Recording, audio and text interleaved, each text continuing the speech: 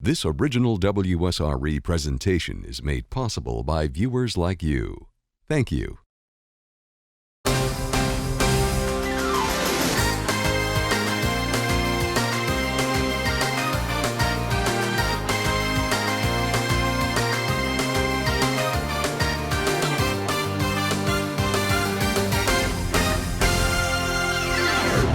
Hello and welcome to this edition of Pensacola State Today. I'm your host, Drexel Gilbert.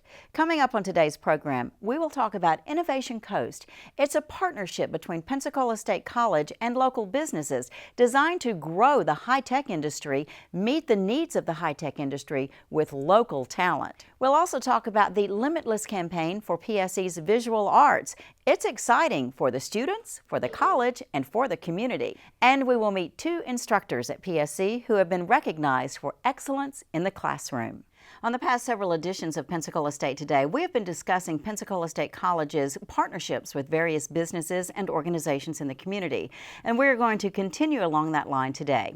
Joining us in the studio are Pensacola State College President Dr. Ed Meadows and also Jim McClellan, who is the Chair of Innovation Coast and the Marketing Director for App River. And next to me is Michelle Horton, who is the Director of PSC's South Santa Rosa Center, and Michelle is also the college's board representative on the Innovation Coast Board. So thank you all for being with us today, and it's an exciting topic and can't wait to just dive right in. So I'm going to do that first. I'm going to start with you, Jim. You're on the hot seat here.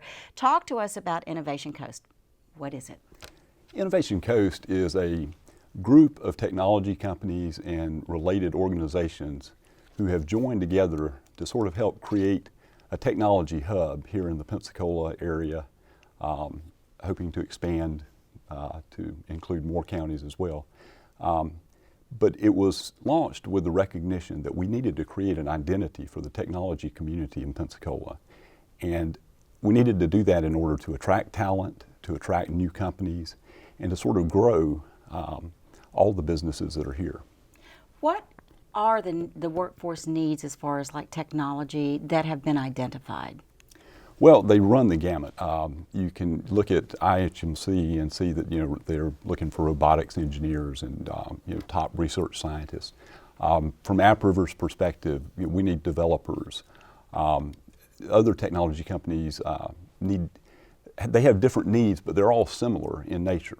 The heart of the issue is that we do a really good job. PSC, University of West Florida, the schools do an excellent job of producing entry-level type employees.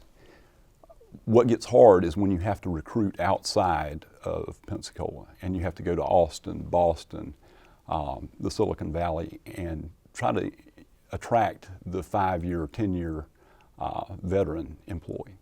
And the problem with that is this area doesn't have or hasn't had the identity.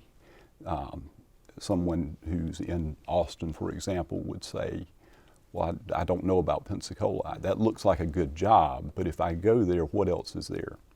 And so we set out to help showcase the companies who are here in order to attract the talent. But in order to continue that, we have to also develop companies. We have to create an entrepreneurial ecosystem here that'll help us do that. Okay, so I'm going to come back to this side of the table in a moment, Michelle, but let's jump over here to Dr. Meadows. Why is Pensacola State College's involvement with this important, in the involvement with the businesses? I think first of all is what Jim said in terms of providing entry-level employees into these technology areas, and we have a plethora of programs that address entry-level technology programs. And to make sure that we are on the cutting edge instead of the bleeding edge of this workforce development effort, we want to make sure that we have representation on the Innovative Coast Board, and that's what Michelle does. But if you look at what we currently have, as Jim said, and then trying to establish a national, international reputation for being an innovation coast with high demand technology industry, then this particular organization and the institutions of higher education, they have to work together because there's always a time lag between a startup and the local community realizing the need for, or students realizing the need to change their major for a job that's already waiting for them out there instead of pursuing a job where they may have to leave the area. And that's one of the other things that Innovation Coast is trying to do, is become more visible about what we already have here, and that would help high school advisors and college advisors channel students into the right direction so they can stay home, so that we don't have the drain on the brain power. And that's, you certainly have to have a lot of dedicated, smart folks working in particularly a high technology area. And in this day and time, there's almost no industry now that does not involve some form of technology as one of the centerpieces of how they do business. Okay, let's talk to Michelle. How do you, as the college's representative on the board, how do you see this partnership working effectively, and what is it going to accomplish? Well, I think the biggest accomplishment is being able to sit around the table with business leaders and have dialogue about the changing workplace needs. And those needs are changing so quickly with the evolving nature of technology. So it's important for us to be ahead of that. And some of the things that we've done to make that work is programming like Careers in Technology, where we brought together business leaders and we brought together students, where we had a panel discussion, and students were right in front of business leaders and they were hearing what the needs are. We were able to prepare students outside the classroom for what's next beyond their degree. And as the representative from the business community, how important is this? Well, it's incredibly important when you are able to, and I'm speaking for some of our developers here, but when you're able to see a student who knows what to expect and is prepared for the job that they're applying for rather than a generic job. I heard a statement one time that said, you know, sometimes colleges do a better job of preparing students for their last job than their first one. And so to the extent that the business community can lend its expertise to the faculty to say, here's what we really need, here are the requirements, here are the things that we're going to expect when we interview your student, and here are the skills that that student is going to need when they get here. That's invaluable. And this obviously goes to support industry growth, and that's an important part of what Innovation Coast is doing. Absolutely. It's, we want to have talented workers, we want to have capital, we want to have the companies here. And what we recognized early on in the process of launching Innovation Coast is that you have to work on all of those elements at the same time.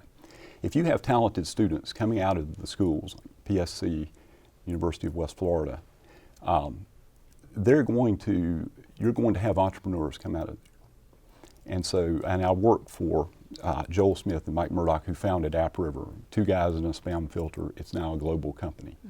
Mm-hmm. So what we're trying to do is figure out how we can create a community, an entrepreneurial community that can create more AppRivers, more contact intelligence, more tech data.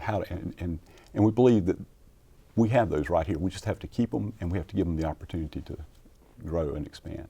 And Dr. Meadows, your thoughts on that? Well, I agree wholeheartedly, and you know, I think Innovation Coast has raised the visibility of what we do have here.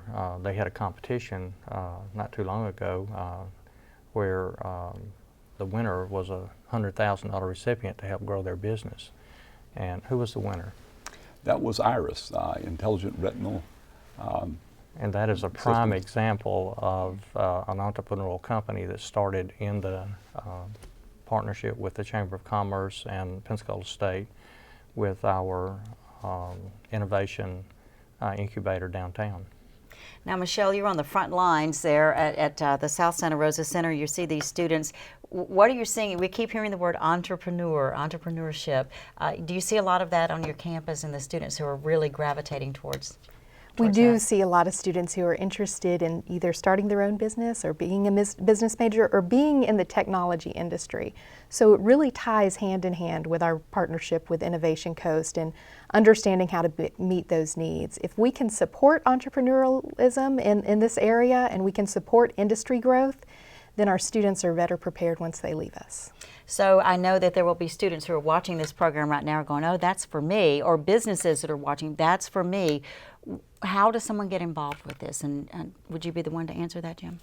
Well, I'll tell you what we have, and this covers a lot of different areas, but starting with the Young Entrepreneurs Academy, Startup Weekend, EntreCon, the Innovation Awards, which we hope to announce soon, a 2016 version of that program. What we're hoping here is to have when we start attracting folks at an early age and can work them through a system that can take them in at any age, at any point in their career, and give them room to grow right here, create jobs right here, and be successful. Well, we certainly have the climate where someone would love to live. I mean, Pensacola area has so much going for it, and so like you said, if we can keep this bright talent here, and Innovation Coast seems to be doing a great job with Pensacola State College of making a concerted effort to do that. And our efforts now are looking at a curriculum to have a concentration in entrepreneurship through our business department. So we're hoping to be able to launch that sometime next year.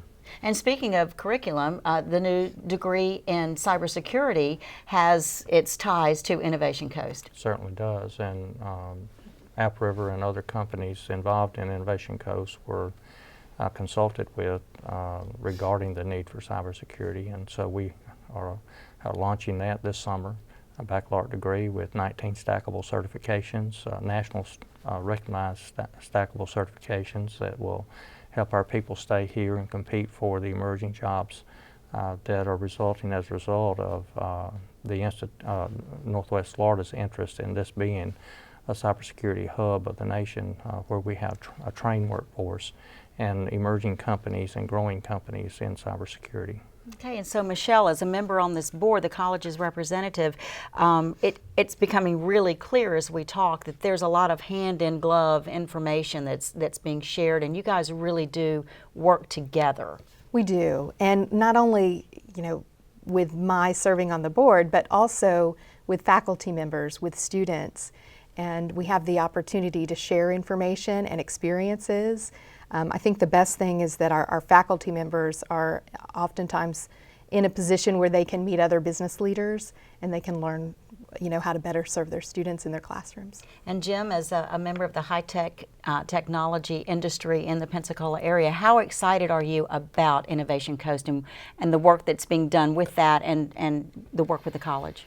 Well, I think that you hit on something a minute ago. We have the climate, we have the history, when people get here, I think that we have no problem convincing this is a great place to be. And so I think that being on the cutting edge, and I mean the absolute cutting edge of something like cybersecurity, 10 years ago, nobody knew what it was. 5 years ago, there were a lot of people who could not have imagined that they would ever be affected by it. Today, it's affecting our military, our power companies. From Upriver's perspective, we protect businesses. So right here in this area, we have the opportunity to create, as Dr. Meadows said, a global hub for cybersecurity, and PSC is right on the cutting edge of that. And so we're very excited about what's going to happen in the next few years. Well, good. I'm excited too. And we're going to take a break, but don't you go too far, because when we come back, we have more to talk about with Pensacola State College's involvement with the community and how that's important to you. We'll take a break and be right back.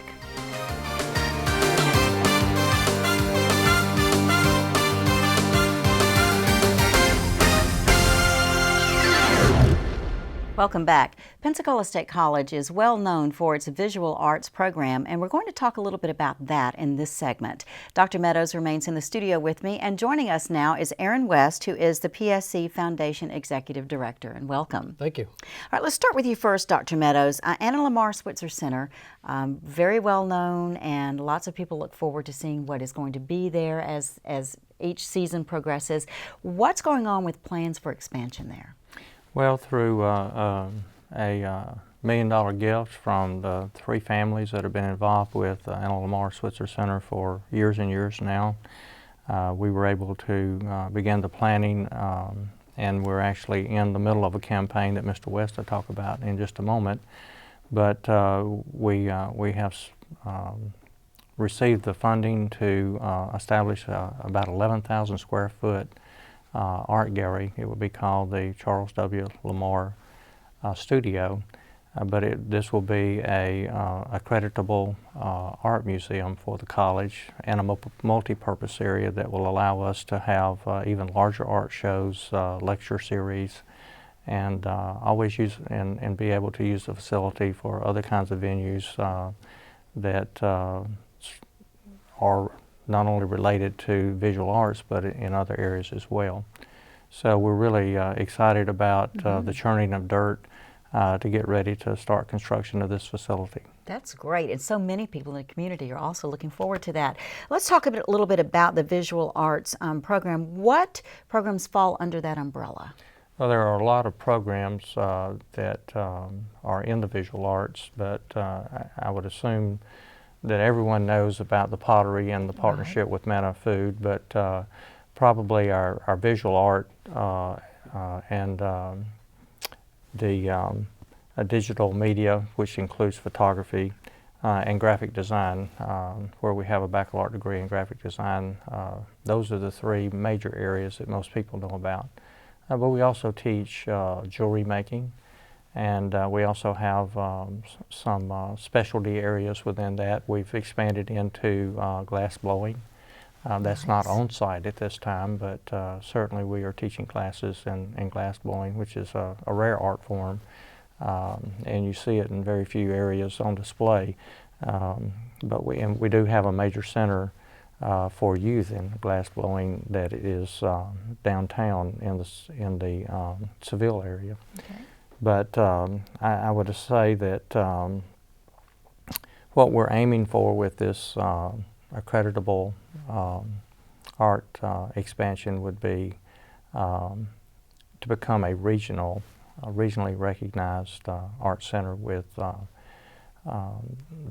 the security that we need to bring in larger shows than we have in the past. Okay, lots of exciting opportunities. Let's go over to Erin West now. Talk to us about the Limitless Campaign for Visual Arts. What is it and how's it going to work? Okay, well, as Dr. Meadows said, I think one of the signature programs probably at the college is the visual arts. And one of the exciting things about the expansion is that it's happening right there on the corner of Airport and 9th, where thousands of people will see what's happening each day as they drive by. The Limitless Campaign for Visual Arts is a campaign to build a $1 million endowment that will support really three things within visual arts. It'll support program support, it'll provide scholarship support, which is critical, and it will provide some faculty enhancements. So out of that $1 million endowment, the interest every year will provide, it's kind of like if you build it, they will come. A lot of times if you build it, you still need something to support the program. Right. And so this will provide enhancements over what the college already has for the visual arts program. Okay, so then that would be why is it so important to raise these funds?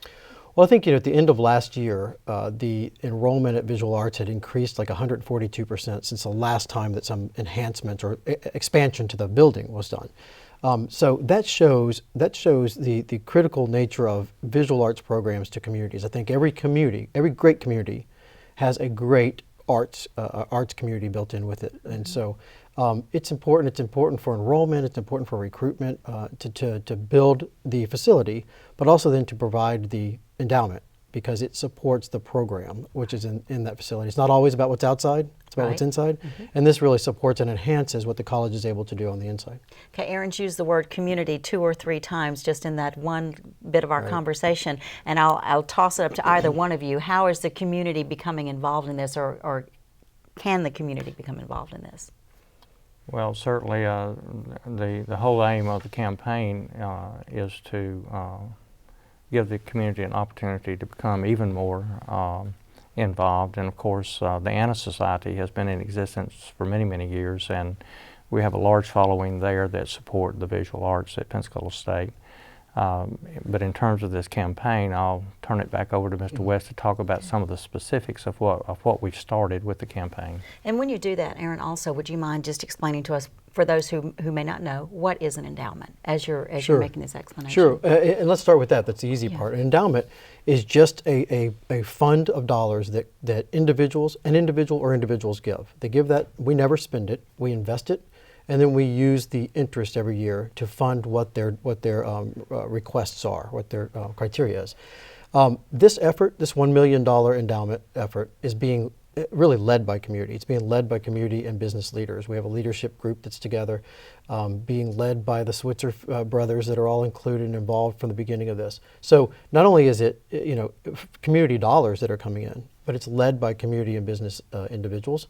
And then anybody in the community or outside of our community can be involved in this. There are naming opportunities that are involved, that are within the center. Every gallery and every space and every studio is an opportunity to be named. So everybody can be part of this, community business led, and easy enough to visit us at foundation@pensacolaState.edu. Okay, and that was my next question. I think you answered it there. Is that the best contact information for someone who wants to know more about this?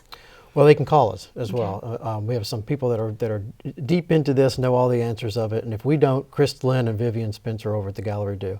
They can call us at 484-1560. And that's an area code 850. 850, that's right. And then, or again, foundation@pensacolaState.edu. Has all the answers, it has all the campaign information and the naming opportunities as well. Okay, and Dr. Meadows, any final thoughts on the Limitless campaign? It sounds just exciting, and what's going on with the visual arts program at Pensacola State College is always exciting, but even we're ramping it up now.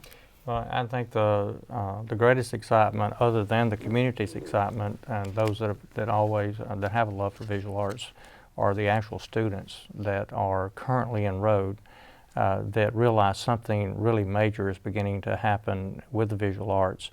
And with the baccalaureate degree that we have in graphic design, we have more and more students wanting, instead of leaving to go out of state or to South Florida to pursue further education in graphic design, they're staying here with us. And that's the whole intent, is to try to keep our talent in our community. So our community's excited, our students are excited, and certainly the two of us are excited about what we're undertaking right now. Great. Well, I hope you are excited as well, and it's a great program and a great effort, and it obviously has great leadership here. We are going to take a quick break, and when we come back, we're going to meet a couple of instructors at Pensacola State College who are excellent in the classroom.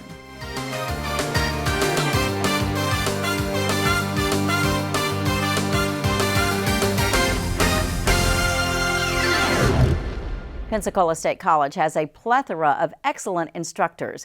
You are going to meet two of them now who were recently recognized for their excellence in the classroom.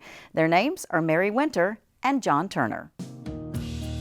I'm Mary Louise Winter. I teach in the Teacher Education Program here at Pensacola State, and I coordinate the Educator Prep Institute, which is a program for people who already have their bachelor's degree in another area other than education, but have decided that they want to teach. Teaching in the educational technology classes, of course, we get a chance to be hands-on. I do a flipped classroom approach where they do a lot of the learning about theory on their own online as part of what would be classically considered homework. And then we have the class time together to actually work on things on the computer so that I can give advice and support, and I can be more of a coach and a mentor. But I like the self-discovery method more. I think that people learn things better when they figure them out for themselves in their own way. The best part is giving that live performance and trying to adjust it so that it goes over and that you're reaching as many people as you can. You look out on that audience and you see people drifting off, and you have to try to figure out what can you do to bring it back around for them so that they get it. Okay, so as always, we got project guidelines, but this time the project guidelines also have the step-by-step how-tos for Animoto.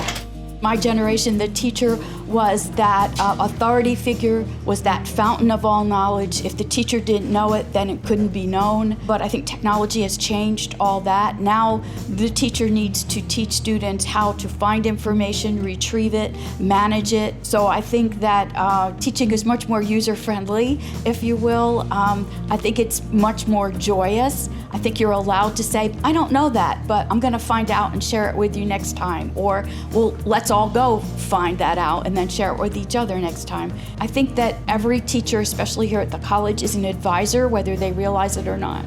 because you're advising people on what to do next. You're either going to go on to college for 2 more years, or you're going to go out into the workaday world. And so we have to advise people on all kinds of things: how to dress for interviews, how to write a resume, how to succeed at an interview, how to look somebody in the eye and talk to them. And I think that those skills are things that are everybody's responsibility, and I don't think that that was the case at one point in time. So I like teaching now more than I think I ever would, because you do get to be involved in that success story that each person's life eventually becomes. Well, my name is Chris Turner. I'm in the math department here at Pensacola State College. I've been here for 12 and a half years. Before that, I was at Arkansas State University in Jonesboro, Arkansas for 7 years, and that's where I graduated from with my master's degree in math. But I actually kind of stumbled into it. I started as an engineering major. I found that I liked my pure math classes more than I liked the engineering classes, and decided to change my major to math, pure math at that time. And then one of my teachers said, "Hey, why don't you go to grad school, teach for us, and we'll pay you." I was like, "Okay, I've got nothing else to do." So, so I started teaching, and I was pretty shy as a younger guy in high school and stuff. But once I started doing it, I really enjoyed it, and I found it to be real gratifying, even as a grad student. And so a little light bulb went off, and I was like, "Oh, I think this is what I need to do." And so I guess I sort of stumbled into my calling, as it were. I know students are afraid of it, but the STEM majors are where the money's at. I mean, if you want to get a job, first of all, just get the job and then have a job that pays well. You know, you want to go into those technology fields, and if you're going to do that, you got to have a math background. So, and there are other fields that are good too. Certainly the medical field is awesome, but even there, see, you got to have some math. Computers are everywhere, technology is everywhere, and all that stuff, the more math you know, the better off you're going to be. If I toss the coin 10 times, it could be that the first 7 are tails and the next 3 are heads, or the first 3 are heads and the next 7 are tails, right? Or it could be I get 2 tails ahead, 3 tails ahead. You see what I'm saying? I would say I'm fairly traditional. Usually about once a week we'll do a quiz in class, and I'll have them get into groups and we'll do that. But by and large, you know, it's me lecturing and asking them questions, but I do like to get them involved and interactive as much as I can. But I'm probably not as collaborative or flipped classroom as a lot of people are. It seems to work, you know, what I've been doing. So I'm mostly a lecture kind of a person, but I do like to do group work from time to time too. I like seeing students get it. You know, it's gratifying to have somebody who struggles and works hard and then gets it, you know, especially with math, because, you know, everybody's kind of afraid of it. When I ask people what they do and they ask me, "What do you do for a living?" You know, they're always like, "Oh God, you know, math, I wish I hated that class," or whatever. So it's really nice on those rare occasions when you have those students who just get it and you had something to do with that. And that's going to do it for this edition of Pensacola State Today. We're so glad that you've joined us. I'm your host, Drexel Gilbert. See you next time.